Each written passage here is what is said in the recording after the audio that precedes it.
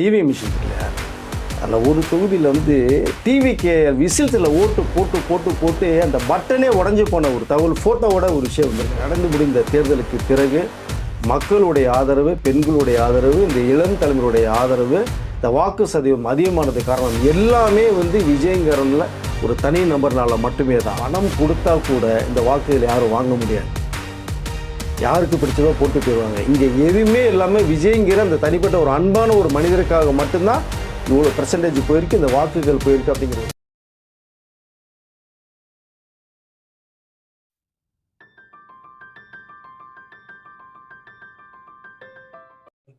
மூத்த பத்திரிகையாளர் வெங்கடேஷ் சார் நம்மளோட நினைச்சிருக்கார். வணக்கம் சார். வணக்கம் சார். ஆஃப்டர் தேர்தலுக்கு அப்புறமா எல்லாமே மாறிடுச்சு. நிறைய பேர் என்ன சொல்லிக்கிட்டு இருந்தாங்கன்னா, விஜய் அவர்களுக்கு ஒரு ஓட்டு கிடைப்பதே கஷ்டம்னு சொல்லிக்கிட்டு இருந்த காலகட்டம்லாம் போய் இப்போது விஜய் எத்தனை தொகுதிகளில் ஜெயிப்பார் அப்படிங்கிற வீடியோகள் வெளியே வர ஆரம்பிச்சிச்சு. நிறைய வீடியோக்கள் வந்துக்கிட்டு இருக்கு. இப்போது அப்படியே டோட்டலாக மாறிடுச்சு, களமே மாறிடுச்சு. அப்படின்றப்போ நீங்கள் சொன்னீங்க, எனக்கு இன்னும் நிறைய டேட்டாஸ்லாம் கிடச்சிருக்கு சார், நீங்கள் சொன்னது உண்மைதான், நீங்களே எதிர்பாராத அளவுக்கு விஜய்க்கு வந்து ஓட்டு விகிதம்லாம் வேறு மாதிரி மாறிக்கிட்டு இருக்கு அப்படின்னு சொல்லிட்டு இருந்தீங்க. என்ன டீட்டெயில்ஸ் உங்களுக்கு கிடச்சிருக்கு? அதான் தேர்தலுக்கு முந்தைய கணிப்பு ஒன்று, ஏப்ரல் 23 தேர்தலுக்கு பிந்தைய கணிப்பு ஒன்றுன்னு நம்ம எடுத்துக்கலாம்னு நினைக்கிறேன். அதை கிட்டத்தட்ட 234 தொகுதியிலையுமே டிவிக்கேல வேட்பு நிற்க வைக்கிறது வேட்பாளர் இருக்கான்னு ஒரு கேள்வி மிகப்பெரிய கேட்கப்பட்டுச்சு. அவர் சாலிட அமைதியாக இருந்தார். எல்லா பேர்த்துக்கும் நான் பேச மாட்டேன், என்னுடைய செயல் தான் பேசுங்கிறதா நினச்சிருந்தேன். அது சொன்ன விஷயம். அதை 234 தொகுதி வேட்பாளர் வந்து நிப்பாட்டினார், அந்த ஒரு தொகுதியை தவிர்த்து. ஏன்னா அதில் சில பிரச்சனை இருந்து விட்டுருவோம். அதை 233 தொகுதிகளில் வேட்பாளர் நிப்பாட்டினாங்க. பல தொகுதிகளுக்கு பிரச்சாரம் பண்ண போனார்.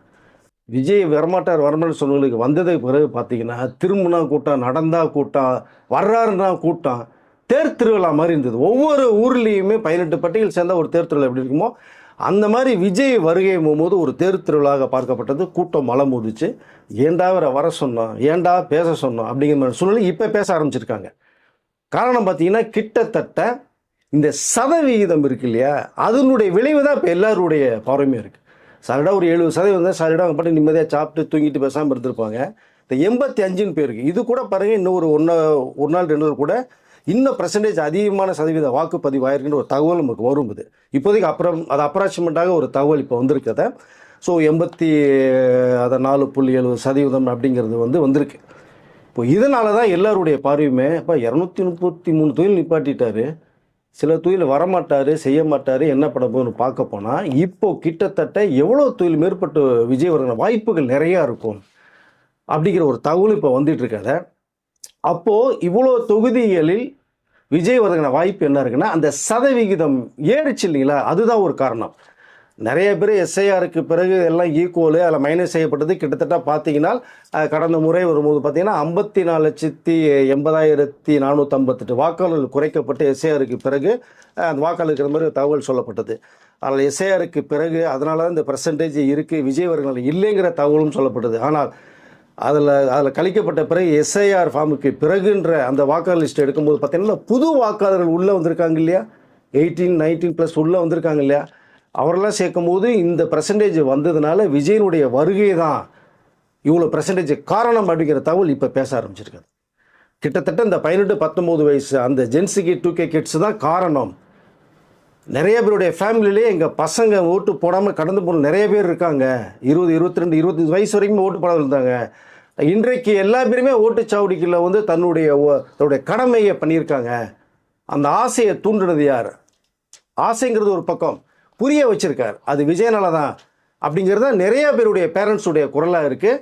எனக்கு தகவல் பார்த்தீங்கன்னா எனக்கு நிறைய மெசேஜ் பார்த்தா டிவிக்கு நான் ஓட்டு போட்டிருக்கோம், நம்மளுடைய ஸ்பீச்சர்களுடைய நேயர்கள் கருத்துக்களை பகிர்ந்தது, அவர்கள் பார்த்தனுடைய வீடியோ மூலமாக கிட்டத்தட்ட எனக்கு தெரிஞ்சவனே விசாரிக்கும் போது பார்த்தா ஒரு 100 பேர்கிட்ட நம்மளுடைய தகவல் வந்ததுன்னா 80 பேர் விஜய்க்குன்றாங்க. இது எதையோ ஒரு பெரிய ஒரு மாற்றத்தை வேணும் அப்படிங்கிறது தான் அவர்களுடைய ஒரு கணிப்பாக இருக்குது. நம்ம வீட்டுக்கு எதிரில் கூட பார்த்தீங்கன்னா பெங்களூர்லேருந்து ஓட்டு போகிறதுக்காக சென்னையில் அவங்க 5 ஓட்டு இருக்குது, ஐடி கம்பெனியில் பெங்களூர் ஒர்க் பண்ணுறாங்க. 5 பேரும் நேற்று காலையில் 10 மணிக்கு காரில் புறப்பட்டு இங்கே 4 மணிக்கெல்லாம் சென்னை 4:30 மணிக்கு போய் ஓட்டு போட்டு வந்த ஒரு தகவலை சொல்கிறாங்க. ஏகப்பட்ட பேர் எங்களுடைய வாக்குகளே நாங்கள் விஜய்க்கு செஞ்சுருக்கோம். என்ன காரணம் சொல்கிறாங்கன்னா, இதுவரைக்கும் நாங்கள் சில பேர் ஓட்டு போடலை, நான் கடந்து போயிருக்கோம், ஆனால் இந்த முறை எங்களுக்கு சில விஷயங்கள் தேவை அதை விஜயினுடைய அவருடைய அந்த பேச்சில் நாங்கள் உணர முடிஞ்சது.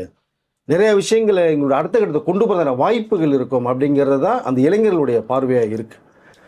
ஸோ இதன் மூலமாக எனக்கு என்ன ஒரே விஷயம் தெரிய வருதுன்னா, ஒரு பெரிய மாற்றத்தை மக்கள் விரும்புகிறார்கள், அதை உருவாக்க நினைக்கிறார்கள். அப்படிங்கிறனால தான் இந்த சதவீதம் கிட்டத்தட்ட 80% போனதுக்கு காரணமே இதுதான்.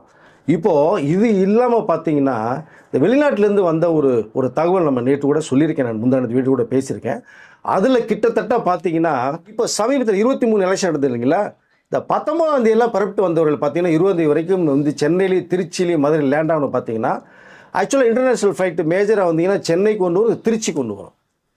திருச்சி தான் ரொம்ப லேண்ட், ஆனால் சென்டர் பாயிண்ட் அது. அதில் இறங்கப்பட்டவர்களே பார்த்தீங்கன்னா 1 லட்சத்துக்கு மேற்பட்டவர்கள் வந்து தமிழ்நாட்டில் வந்து லேண்ட் ஆகிருக்க ஒரு தகவல் வந்திருக்கு சார். இது முன்னாடியே புக் பண்ணி செய்யப்பட்ட விஷயங்கள் இது. இது இல்லாமல் பார்த்தீங்கன்னா சார்ட்டர்ட் ஃப்ளைட்டில் கூட அவர்கள் வந்து ஒரு 10 பேர் உட்காந்து வரவங்க கூட இருந்தால் அந்த ஃபேமிலிக்குள்ளேயும் சரி தனிநபர்களும் பேசப்பட்டு வர வைக்கப்பட்ட ஒரு விஷயமும் இருக்குது. சார்ட்டர்ட் ஃப்ளைட் வந்து இறங்குனது அந்த நிறுவனம் கூட எதற்காக சார்ட்டர்ட் பண்ணால் அமௌண்ட் அதிகமாக இருக்குமே, எதற்காக போகிறீங்கன்னு சொல்லும்போது புது அரசியல் உருவாகி இருக்கு தமிழ்நாட்டில், புது ஒரு தலைவர் உருவாகி இருக்காரு, அவர்களுக்காக அவர் வர வேண்டும் என்ற ஒரே நோக்கத்துக்காக எங்களுடைய வாக்குகளை செலுத்துறது நாங்கள் போகிறோம், பணங்களுக்கு பெருசு இல்லை அப்படின்னு வெளிப்படையாக பேசப்பட்டதை பார்க்க முடிஞ்சு நமக்கு இதை. ஸோ இந்த வெளிநாட்டிலேருந்து வந்தவர்கள் வந்து கிட்டத்தட்ட லட்சத்துக்கு மேற்பட்டவர்கள் வந்து இறங்கியிருக்காங்க. அவர்கள் எல்லாருடைய வாக்குமே கிட்டத்தட்ட டிவிக்கு விஜய்க்குங்கிற ஒரு தகவலும் வந்திருக்கு. இதை நம்ம விசாரித்து தான் நம்ம பேசிகிட்டு இருக்கோம், தகவலை சொல்கிறோம் நம்ம அதை.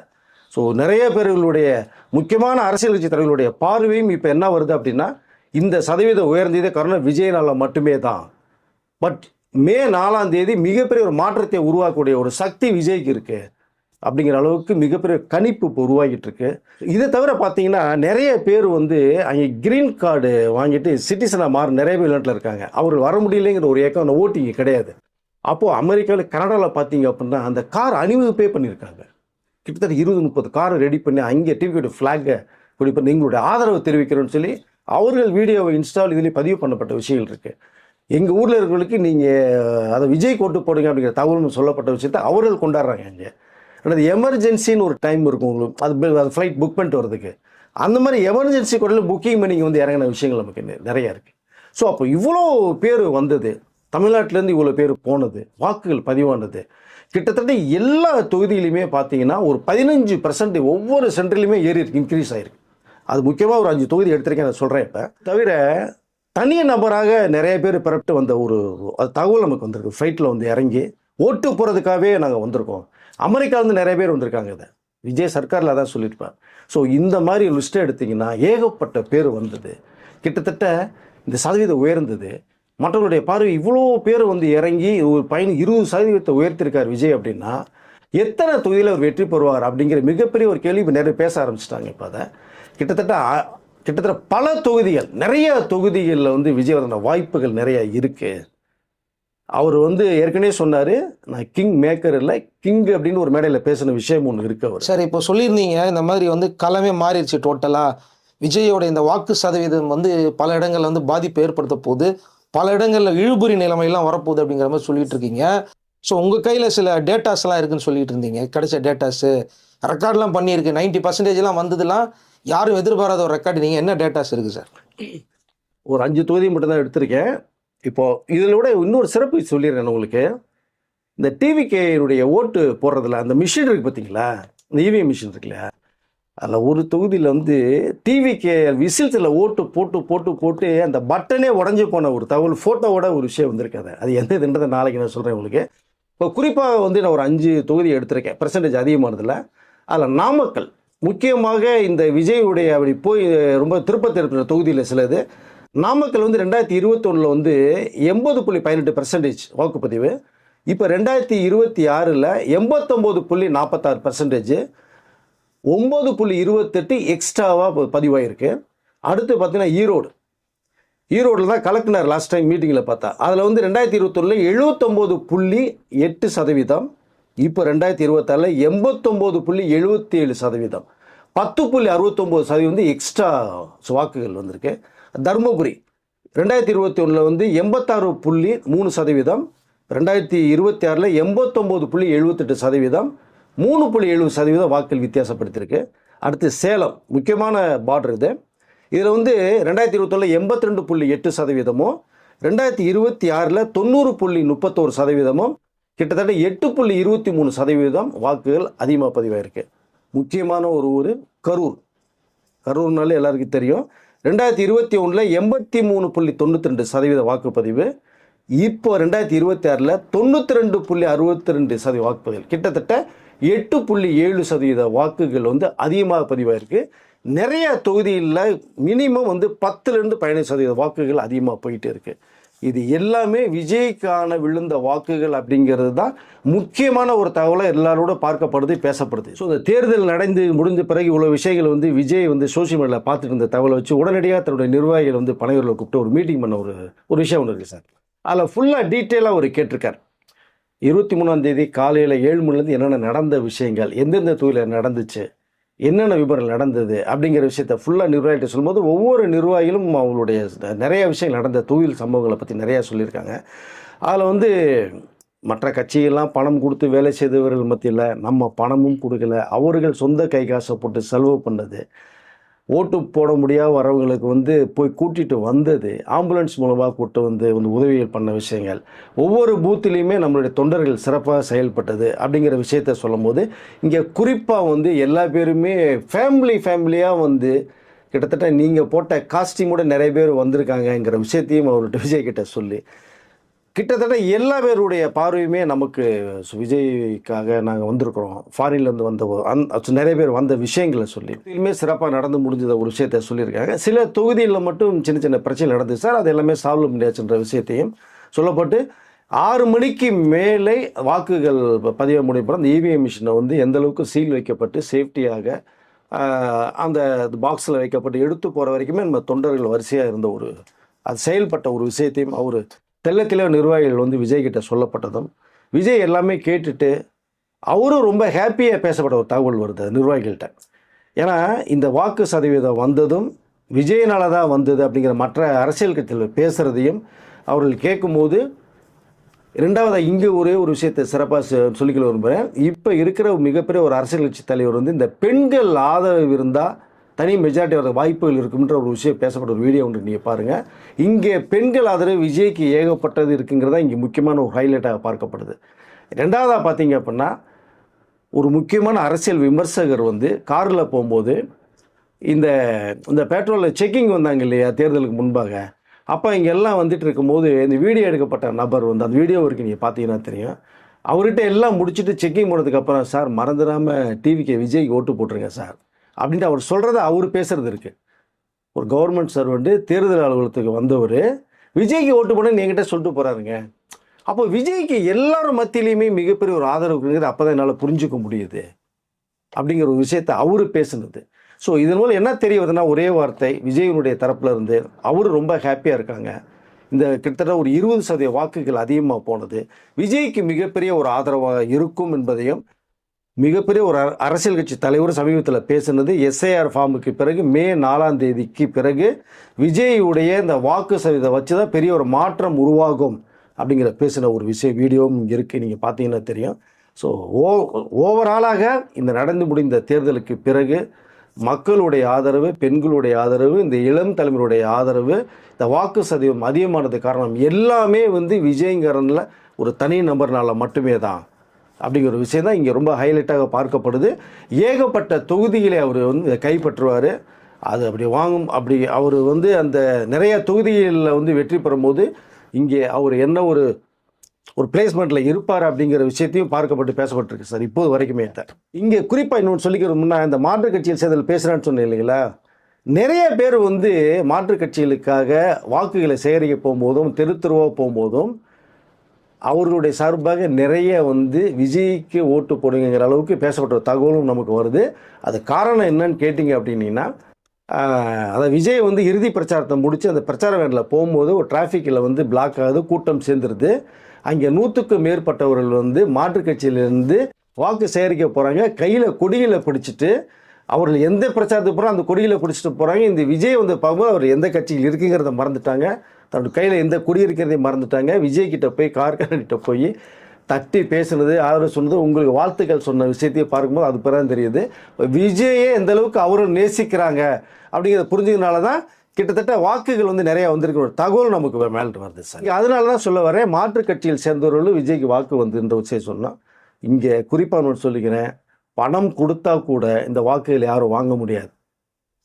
யாருக்கு பிடிச்சதோ போட்டு போயிடுவாங்க. இங்கே எதுவுமே இல்லாமல் விஜய்ங்கிற அந்த தனிப்பட்ட ஒரு அன்பான ஒரு மனிதருக்காக மட்டும்தான் இவ்வளோ பெர்சன்டேஜ் போயிருக்கு, இந்த வாக்குகள் போயிருக்கு அப்படிங்கிற ஒரு தகவல் நமக்கு வந்துட்டு இருக்கு சார் இப்போது வரைக்கும். இப்போ நீங்கள் சொன்ன மாதிரி இதை மாற்றுக் கட்சியை சேர்ந்து நிறைய ஒர்க்கெல்லாம் பண்ணுவாங்க, கூட்டம் கூட்டுறவங்க இந்த மாதிரிலாம் இருக்கிறாங்க. அவங்க வந்து கூட்டம் கூட்டினதுக்கப்புறமா அவங்க மனசில் என்ன இருக்கிறது யாருக்கும் புரிஞ்சிக்க முடியல அப்படின்றாங்க. இப்போ மற்ற கட்சியினரும் வந்து பார்த்திங்கன்னா இதை பற்றி அதிகமாக பேச ஆரம்பிச்சிட்டாங்க. ஏன் இவ்வளோ வேகமாக வாக்குப்பதிவு நடந்தது? இல்லை, அதுதான் ஏற்கனவே சொன்னேன் இல்லைங்களா, இந்த காலையில் 7 மணிலேருந்து 10 மணிக்குள்ள வாக்குப்பதிவு வரும்போது ஒரு 40% போகும்னு சொன்னேன். அதுதான் போயிருக்கு. அப்போ ஸ்பீடு போது அது 12 மணி நிலவரம் ஒன்று வருது, கிட்டத்தட்ட 50% போகுது. 3 மணி நிலவரம் பார்த்தீங்கன்னா 70% போகுது. 5 மணி நிலவரம் 75 வரைக்கும் கிட்ட நெருங்கிருச்சு.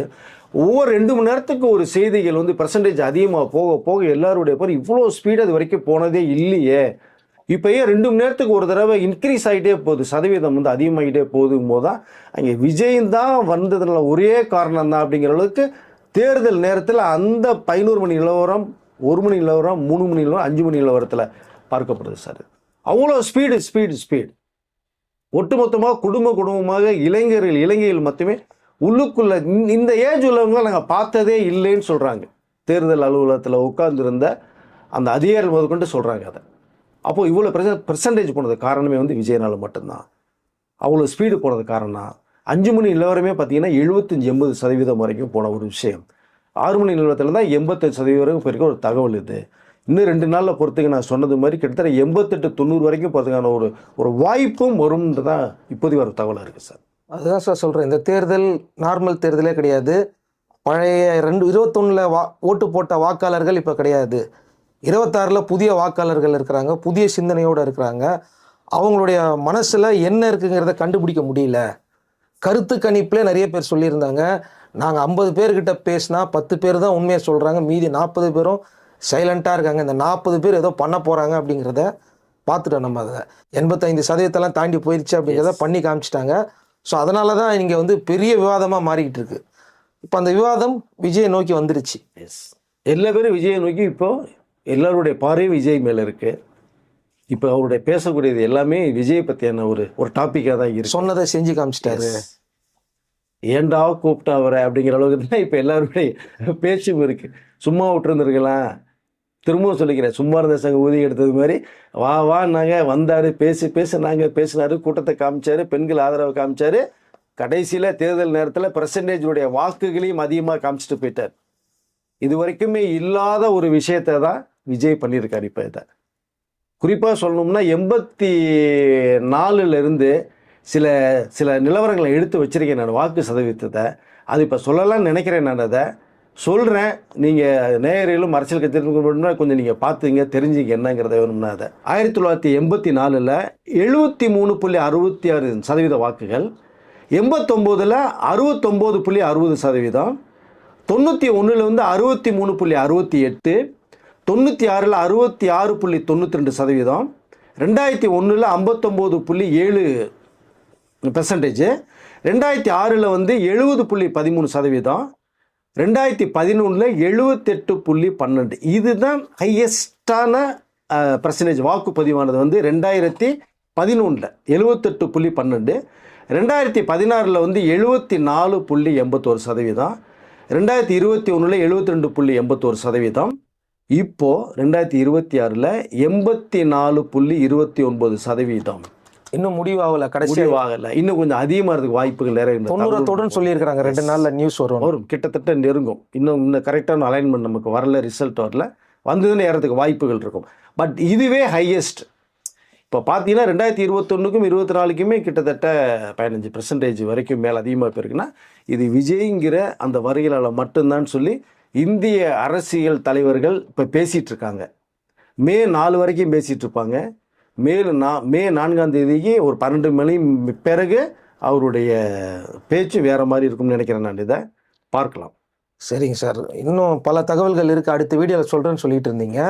இன்னும் மேலே என்னென்ன தொகுதிகள்லாம் சாதகமாக இருக்குது அப்படிங்கிற தகவல்கள் அடுத்த வீடியோவில் பார்க்கலாம். இப்போ நீங்கள் படித்த இந்த தகவல்கள், இந்த பர்சன்டேஜ்லாம் படிச்சிங்க, இந்த தொகுதிகளும் வந்து பார்த்தீங்கன்னா பாசிட்டிவாக இருக்குதுங்கிறத தான் தெரிஞ்சுக்கலாங்க நீங்கள்.